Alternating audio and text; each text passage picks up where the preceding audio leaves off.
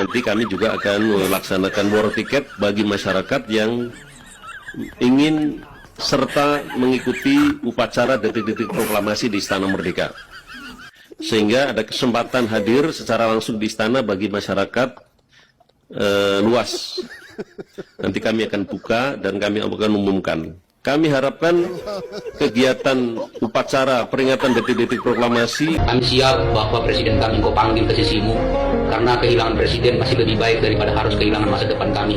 Tuhan yang kusembah, saya Mr. J sebagai warga negara Indonesia yang sangat merasakan penderitaan atas perilaku pemerintah kami yang zalim, atas pernyataan-pernyataan Presiden Prabowo yang sering melukai hati rakyat. Oleh sebab itu ya Tuhan, lakukanlah yang kau pandang baik. Kami siap bahwa presiden kami kau panggil ke sisimu, karena kehilangan presiden masih lebih baik daripada harus kehilangan masa depan kami. Utang Koperasi Merah Putih mencapai 240 triliun dan dibayar pakai APBN, dicicil selama 6 tahun. Itu kata bendahara negara kita, ya. Sejujurnya setuju-setuju aja program pemerintah masalah koperasi desa, karena semua subsidi bisa disalurkan di situ dan bisa dinikmati oleh masyarakat. Tetapi pemerintah jangan tutup mata, di sini Kopdes banyak banget penyimpangannya. Mulai dari pelatihan kepala koperasi desanya kagak masuk akal anggarannya, mulai dari tempat-tempat Koperasi Merah Putihnya ada di tengah danau, di tengah laut kah, di mana, di tengah hutan ya, di pinggir kuburan, banyak banget ya. Jadi please pemerintah jangan sampai program sebagus ini punya Pak Prabowo tapi di bawahnya tuh amburadul. Jadi makanya banyak banget masyarakat yang ngebully, yang kagak setuju dengan program Bapak Prabowo karena eksekusinya tuh kagak masuk akal, kagak bisa diterima sama masyarakat. Saudara-saudara, MBG ditambah dengan Koperasi Desa Merah Putih ini akan membangkitkan ekonomi kita. Pembangunan Koperasi Desa Merah Putih menghabiskan dana hingga 3 miliar per gerai. Total rata-rata omset transaksi per gerai hanya 709.000. Baru sekitar 2 minggu menjabat sebagai Kepala Badan Gizi Nasional, Sudaryono langsung dihadapkan dengan 2 kasus dugaan keracunan MBG. Sejak Sudaryono dilantik sebagai Kepala BGN pada 22 Juli 2026, sudah ada 1.557 lebih korban keracunan MBG hanya dari 3 kasus besar. 707 orang di SMKN 6 Semarang, 527 orang di Depapre Jayapura, dan 25 orang di Dramaga Bogor. Belum termasuk Jepara, Yogyakarta, dan Rembang yang juga disebut sendiri oleh Sudaryono dalam permintaan maafnya. Kurang dari 3 minggu menjabat dan BGN sudah kewalahan menghitung korban keracunannya sendiri. 1.557 itu orang ya, manusia, hampir semua anak-anak, punya sakit, takut, sedih, trauma, seperti kita. Punya orang tua dan keluarga, mereka manusia, bukan angka. Saya kasih gambaran, mungkin pemerintah bilang secara ekonomi ini adalah untuk orang miskin. Sekarang MBG itu 335T. Kalau dibagi rata ke semua penduduk, itu per orang dapat 361.000 per bulan. Kalau dibagi ke orang miskin saja, setiap orang miskin itu per keluarga bisa dapat 66 juta per keluarga per tahun. Dan kalau dibagi per bulan, keluarga miskin itu punya hak 5,2 juta dari anggaran 335T itu. Bapak Presiden Prabowo, gawat Pak, gawat Pak, gawat. Program Koperasi Desa Merah Putih ada potensi korupsi yang cukup besar. Salah satu kepala desa di Pati mengaku mereka menolak untuk mendirikan bangunan Koperasi Desa Merah Putih karena apa? Karena anggaran yang tertulis itu 1,6 miliar, sedangkan anggaran yang turun itu 800 sampai 900 juta. Tuh, sisanya 800 sampai 700 jutanya kemana? Dibuat apa? Untuk siapa? Cabang Koperasi Desa Merah Putih di Melawai Blok M hanya untung 78.000 dalam 6 bulan. 6 bulan untungnya 78.000, berarti 1 bulan untungnya 13.000. Sehari 500 perak, 400 perak. Tutup. Ngabis-ngabisin duit. Belum biaya operasionalnya, biaya listrik, ya, biaya sewa tempat kalau sewa. Biaya karyawan, bayar gaji, bayar biaya operasional kendaraan, segala macam. Nah, tuh Pak Presiden. Gak jelas Koperasi Desa Merah Putih itu gak jelas. Lebih baik ditutup. Itu di Blok M, Jakarta, ibu kota. Tempatnya rame. Banyak orang lalu lalang. Gimana yang di desa-desa, yang di hutan-hutan, yang di kuburan, yang di kali, yang di tebuan. Makin sepi. Mungkin setahun untungnya cuma 10.000. Masih mau maksa Pak Presiden? Udahlah Pak Presiden, jangan maksa. Itu duit rakyat loh. Sudah 6 bulan beroperasi, Kopdes di Melawai cuma untung 78.000. Ini apa nggak salah? Masa kalah sama toko kelontong? Masa kalah sama warung Madura? Masa kalah sama jual es kelapa di pinggir jalan? Masa Kopdes yang modalnya miliaran rupiah cuma dapat keuntungan 78.000 selama 6 bulan? Lah ini apa-apaan? Saya akan lawan. Ya udah deh, biar gak kelamaan ya. Biar kalian percaya. Nih, langsung simak saja cuplikan videonya. Koperasi Kelurahan Merah Putih ya. Di sini terpampang foto Presiden Prabowo Subianto dan lokasinya adalah Melawai, Kecamatan Kebayoran Baru, Jakarta Selatan. Untuk Koperasi Kelurahan Merah Putih di Melawai ini sudah berdiri Juli 2025, betul ya Pak? Betul. Mungkin 1 hari atau mungkin 1 minggu atau 1 bulan. Keuntungannya Pak? Kalau keuntungan kita kadang-kadang pas kita bikin laporan tahunan 2025, kita keuntungan kita yang kami laporkan ke suku dinas koperasi tingkat wali kota, itu kita keuntungan hanya kurang lebih 78.000. Kaget. Kaget. 78.000 per 25 Desember kemarin. Jadi selama 6 bulan ya. Jujur ya, ini sudah sangat-sangat keterlaluan sih kalau menurut saya. Masa 6 bulan beroperasi, cuma untung 78.000. Nah ini gimana ceritanya? Jadi Kopdes ini sebenarnya bisnis model apa? Bayangkan ya, ini Kopdes kan lokasinya di pusat komersil. Tapi keuntungannya cuma 78.000 selama 6 bulan.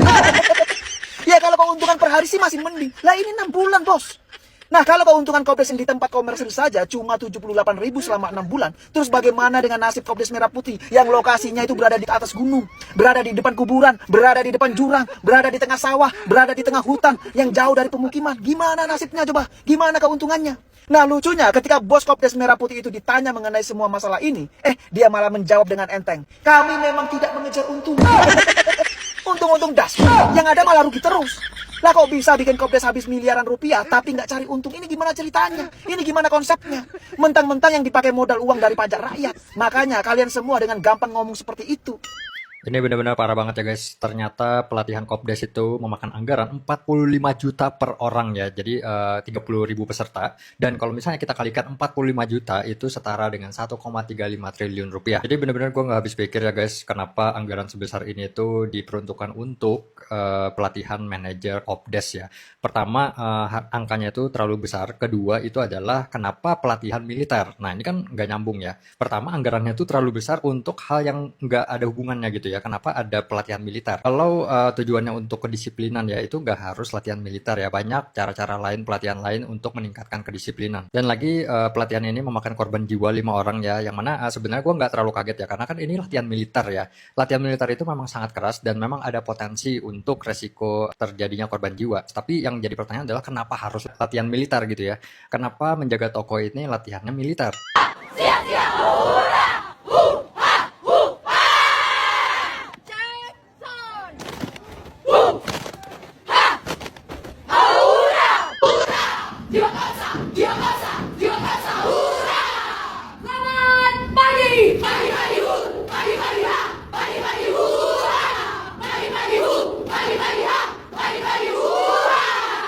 Maaf nih, saya tanya nih soal sederhana. Ya. Sekarang orang mau jadi manajer di Kopdes, latihan militer. Bapak nih, masuk di akal nggak? Loh? Masuk di akal nggak? Kalian semua sudah siap untuk menjalani tes? Siap! Betul? Betul! Bagus, bagus. Itu Kopdes itu sebenarnya arahnya kemana sih? Saya juga bingung Pak, jujur. Bangun di tengah hutan. Oh, gini. Itu pengawasannya bagaimana? Pak, maaf ya Pak, ini memang meresahkan pasti. Ini 7 koperasi Desa Merah Putih yang dibangun asal-asalan, asal dapat proyek, asal jadi, dan asal cair. Yang pertama, KDMP yang dibangun berhadapan-hadapan. Ini di Kabupaten Wonogiri. Emang KDMP itu saling bersaing ya? Kalau Alfamart dan Indomaret pantes. Apa nggak mikir ya ini yang bangun? Mikirnya cuma proyek aja. Yang kedua di Kendal. KDMP dibangun di atas gunung. Ini KDMP khusus buat para pendaki gunung dan mereka yang suka camping. Jadi para pecinta alam sekarang kalian nggak usah khawatir. Karena koperasi sudah menunggumu di atas gunung sana. Yang ketiga KDMP di tengah tambak. Kalau di tengah tambak ini siapa yang mau beli? Coba dipikir baik-baik. Kasihan desa yang harus bayar cicilan tiap bulan. Yang di tengah perkampungan saja belum tentu laku. Yang keempat KDMP menghadap jurang. KDMP ini di Ngawi lucu banget. Kenapa sih menghadap jurang? Maksain banget bangunnya. Kenapa nggak menghadap sisi yang lain aja? Ya namanya juga proyek asal jadi. Yang kelima KDMP di ujung sawah yang sendirian. Nah ini pas menyediakan pupuk dan siap menampung hasil pertanian. Meskipun sepi tapi pembelinya jelas. Ya pegawainya sendiri. Yang keenam ini gila bro. KDMP dibangun di tengah jalan. Coba kalian pikir baik-baik. Ketahuan kan kalau dibangun tanpa hati nurani. KDMP di Temanggung ini belum selesai dibangun, sudah diprotes warga, dicoret-coret sama warga. Warganya kritis banget, nggak mau bayar cicilan dana desa untuk proyek yang nggak jelas hasilnya. Salut saya. Yang ketujuh, KDMP menghadap kuburan. KDMP ini paling laris kalau menjelang puasa, menjelang lebaran, kalau hari Jumat, apalagi kalau Jumat Legi. Kalau hari biasa pembelinya ya demit atau pocong. Apa semua di tengah hutan? Enggak semua. Itu Cuma udah kan kalau ada berapa persen di tengah hutan? Dihitung. Karena gini, penyelewengan pasti ada. Kita bukan hidup di surga lagi. Karena gini, penyelewengan pasti ada. Kita bukan hidup di surga lagi. Saya cuma mau mereview anggaran Kopdes ini masuk akal apa enggak. Kita berangkat dari anggaran pertama ini, anggaran totalnya 212 triliun. Kita lihat dulu anggaran-anggaran Kopdes. Yang pertama adalah six wheel truck, harga 400 juta. Saya nggak ngerti mobil, tapi ya kita anggap oke lah. Mobil 400 juta, 6 rodanya. 4X4 pick up truck, 250 juta. Saya juga nggak ngerti mobil, tapi kita anggap aja masuk akal kalau kalian merasa, wah itu kemahalan 250, mending ini. Ya boleh komen di bawah ya. Kalau ada yang preferensi punya harga mobil yang lebih murah, komen di bawah. Three wheel motorcycle, 64 juta. Ini udah mulai nggak masuk akal. Three wheel ini untung 3 ya, kalau 4 GTA Anda. Quad bike. Three wheel saya nggak tahu, ini mungkin saya asumsikan three wheel ini Fiat ya. Tosa. Ya, motor-motor Tosa, VR itu. 64 juta. Saya kurang paham, tapi kalau kalian punya referensi harga, apakah memang three wheel, ini brengseknya nggak ditulis ini merek apa, cuy. Jadi kita nih membuat kita suuzon gitu. Tolong Anda kalau ngerilis anggaran tuh kasih keterangan, jangan sampai kita nih negative thinking. Kan susah ya positive thinking akhir-akhir ini, apalagi Anda nge-share begini doang. Kasir equipment 9 juta. Karena saya tahu di Bebek Caro ini ada langganan biaya bulanannya. Tapi kayaknya nggak sampai 9 juta. Oke, kita asumsikan itu beli alat kasir 9 juta. Nah, ini udah mulai aneh nih. CCTV 10 juta. Anda nggak pernah lihat Bardi itu 500.000 Bardi. Kalau nggak, Anda cek akun Dashcam Indonesia. Banyak di situ referensi CCTV mobil. Oh, tapi itu CCTV mobil ya. Kalau 10 juta, kita anggap aja ada berapa titik, kita anggap aja satu CCTV 1 juta itu udah paling bagus tuh, udah ada infrared dan night vision itu ya. AC 1 PK 7 juta. AC 2 PK 19 juta. Furniture set, kasir desk, wardrobe, ETEC. ETEC ini yang bangsat. ETEC ini apa, bro? Masa anggaran ditulis ETEC, bro? 36 juta. Ini nggak masuk akal, 36 juta. Display rack 57 juta. Shopping basket 1 juta. Shopping basket yang begini ya 1 juta. Shopping trolley 3.400.000. Langsung aja. Pallet box, saya nggak tahu pallet box itu apa. Printer 3.600.000. Freezer 14 juta. Chiller 21 juta. Jangan seuzon dulu. Nah, ini nih udah mulai nggak masuk akal lagi nih. Satellite internet package 24 bulan harganya 30 juta. Gimana rakyat nih nggak curiga? Anda ini, kita mau tuduh Anda korup, kita nggak ada bukti. Kita mau nuduh Anda markup harga, kita juga nggak ada bukti. Tapi yang bisa saya pastikan, Anda kena ketok harga. Construction cost-nya KDMP ini 1,6 miliar per cabang. Jujur, mending buka cabang Bebek Caro Anda. Beredar dokumen rincian belanja Koperasi Desa Merah Putih yang totalnya menembus 212,8 triliun rupiah untuk 80.000 unit koperasi. Dan yang bikin netizen ramai ini adalah harga satuannya, teman-teman. Yang mulai dari AC 2 PK yang dipatok 19,4 juta per unit, padahal Daikin di pasaran itu nggak nyampe 9 juta. CCTV 10,9 juta, software kasir 2,2 juta. Dan ini semua dikali 80.000 unit sampai satu rak display yang harganya 57,5 juta rupiah. Dan dokumen ini bersumber dari laporan investigasi Tempo. Rinciannya 80,63 triliun untuk belanja 26 jenis barang dan sisanya sekitar 128 triliun biaya konstruksi. Zulhas membantah isu-isu pengadaan janggal dan menyebutkan anggaran fasilitas pendukung itu sekitar 300 juta rupiah per unit masih diverifikasi oleh BPKP dan BPK. Sementara Menkeu Purbaya menyiapkan 240 triliun selama 6 tahun dari pinjaman Himbara. Yang jadi soal, selisih harga yang kecil aja kalau dikali 80.000 unit ya jadinya triliunan. Penasaran nggak? Kenapa Danantara berani minjemin duit 240 triliun ke Agrinas untuk mendanai sebuah koperasi yang nggak punya track record jualan? Kalau Anda minjem ke bank, jadi KDKMP, orang belum punya track record jualan, mana ada bank yang mau minjemin? Ya kan? Nah, jadi yang minjem itu bukan masing-masing KDKMP, makanya yang minjem itu Agrinas. Oke, jadi atas nama Agrinas dipinjemin. Iya, yang minjem ini Agrinas. Minjemnya kemana? Ke Danantara. Terus Danantara kenapa bisa pede pinjemin 240 triliun ke Danantara? Karena nanti yang nyicil ke Danantara itu pemerintah. juta. 50% dari anggaran. Ya, sekitar 50% hanya digunakan untuk pembangunan fisik, 50% yang sebenarnya yang mereka kerjakan. Nah, kemana sisanya? Nah, itu pertanyaannya kan. Saya nelpon beberapa teman-teman kontraktor di daerah dari sekitar Jawa Barat. Kebetulan mereka ini yang mengerjakan proyek pembangunan fisik dari Koperasi Desa Merah Putih. Kantor Kopdes. Kantor Kopdesnya, unitnya. Jadi ceritanya mereka yang dapat proyek-proyeknya lah, segala macam. Mereka curhat, Bang. Gitu kan. Jadi itu kan nilai proyeknya pembangunan fisik sebenarnya di angka 1,6 M. Anggarannya, ya kan. Nah, kenapa mereka curhat itu? Jadi mereka ternyata cuma ngerjainnya itu, dapatnya itu sekitar 800 juta gitu. 50% dari anggaran. Ya, sekitar 50% hanya digunakan untuk pembangunan fisik, 50% yang sebenarnya yang mereka kerjakan. Nah, kemana sisanya? Nah, itu pertanyaannya kan. Dugaannya kan, dari dugaan kita ini sepertinya ada sesuatu yang perlu diperiksa nih di sini, diselidiki, ya kan? Karena kalau hitungan kita, ini kan anggaplah 1-2 unit gitu kan, Kopdes Merah Putih. 800 juta per unit, ya kan?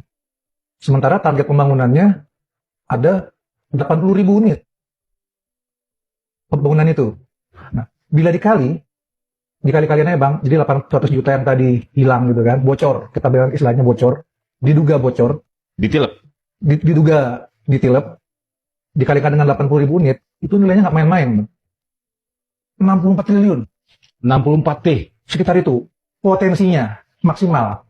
Bila di 80.000 unit itu benar-benar setiap unitnya modusnya seperti itu. Ini berarti fakta di lapangan di Jawa Barat. Di sekitar Jawa Barat lah itu. Untuk pelaksanaan kantor Kopdes Merah Putih. Betul. Apa MBG itu kacau? Kenapa Koperasi Merah Putih kacau? Karena sistemnya sistem komando.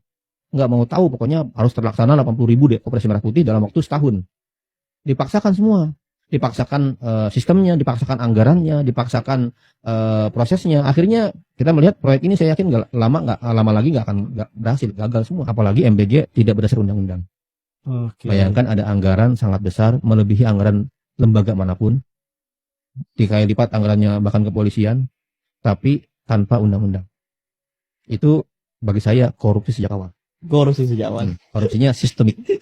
Slip gaji bocor, manajer Kopdes digaji 16 juta per bulan, 2 tahun ditanggung APBN. Gaji pokok 8 juta, tunjangan jabatan 2 juta, insentif KPI 1.500.000, tunjangan tempat tinggal 1.500.000, tunjangan komunikasi 500.000, uang makan 1 juta, uang transport 1 juta, total pendapatan 16.250.000. Gede juga ya gaji manajer KDMP nih ya. Kalau menurut aku ya boleh-boleh aja gaji gede kan, boleh. Tapi kan masalahnya Kopdes ini bentuknya tuh badan usaha. Jadi ya logikanya kalau namanya badan usaha, ya bayar gajinya pakai hasil usaha sendiri lah ya kan, dari pendapatan Kopdes itu gitu. Kalau ujung-ujungnya digaji pakai duit APBN juga, ya bagusan dikasih ke yang lebih urgent lah. Naikin gaji guru honorer tuh yang masih 300.000 sebulan. Gaji dosen, gaji perawat. Itu lebih urgent sih. Kalau menurut kalian pantas nggak gaji manajer Kopdes ini 16 juta sekian? Utang Koperasi Desa Merah Putih 240 triliun resmi dibayar pakai APBN. Dibayar pakai uang pajak kita nih. Pak Purbaya sendiri yang ngomong. APBN bakal nyicil 40 triliun per tahun selama 6 tahun ke depan. Bayangkan aja 80.000 Kopdes, satu Kopdesnya dibiayain 3 miliar oleh negara. Uangnya dari mana? Ya dari ngutang. Yang bayar utangnya siapa? Ya kita, pakai uang pajak kita. Pakai APBN kan bayarnya. Makanya buat kita, kalian jangan malas-malas kerja. Kita ini masih banyak cicilan. Utang Kopdes nih, MBG, sampai gaya hidup pejabat pun kita yang bayarin. Dah lah segitu aja. Cuma menurut kalian. MBG, kemudian KDMP. Sebenarnya kita ini mau dibawa kemana Bang Syukur? Dibawa ke jurang kehancuran. Dibawa ke jurang kehancuran. Nggak dibawa kemana-mana. Mau dibubarin negara ini. Dibubarin oleh Presiden Prabowo sendiri. Yang merasa Indonesia suram, silakan kalau mau cari negara lain. Bagus. Kalau DPR RI masih keras kepala untuk tidak menandatangani RUU perampasan aset, maka rakyat Indonesia harus bersatu mulai dari tahun 2029. Rakyat Indonesia tidak usah memilih anggota DPR RI, kosongkan semua surat-suara, baik dari pusat, provinsi maupun daerah. Buat apa ada DPR RI? Mereka itu bukan dewa, mereka itu hanya beban berat untuk rakyat. Justru yang dewa itu buat masyarakat itu hanya anak mahasiswa. Mereka itu sangat membela rakyat, mereka sangat cinta keadilan, cinta NKRI.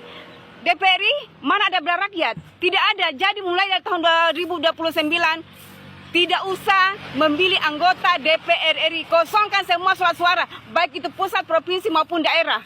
Rakyat dibebani dengan pajak, sementara pejabat bebas pajak. Kalau bersalah dilindungi hukum. Enak kalian jadi pejabat. Negara ateis 98% bersih dari yang namanya korupsi. Sementara Indonesia kita ya religiusnya minta ampun, tapi banyak banget koruptor. Tapi menurut gue ini bukan masalah religiusnya, bukan masalah agamanya ya. Tapi karena bener-bener ya koruptor di Indonesia hukumannya itu nggak sebanding, nggak ada efek jerah, nggak bikin tobat. Makanya koruptornya merajalela. Dan itu faktanya banyak banget orang yang korupsi di Indonesia, pemerintah, pejabat ya, hukumannya cuman ringan banget. Ya otomatis nggak ada efek jerah, makanya Indonesia korupnya bukan main bikin sakit kepala. Pusing kagak lu? Pusing.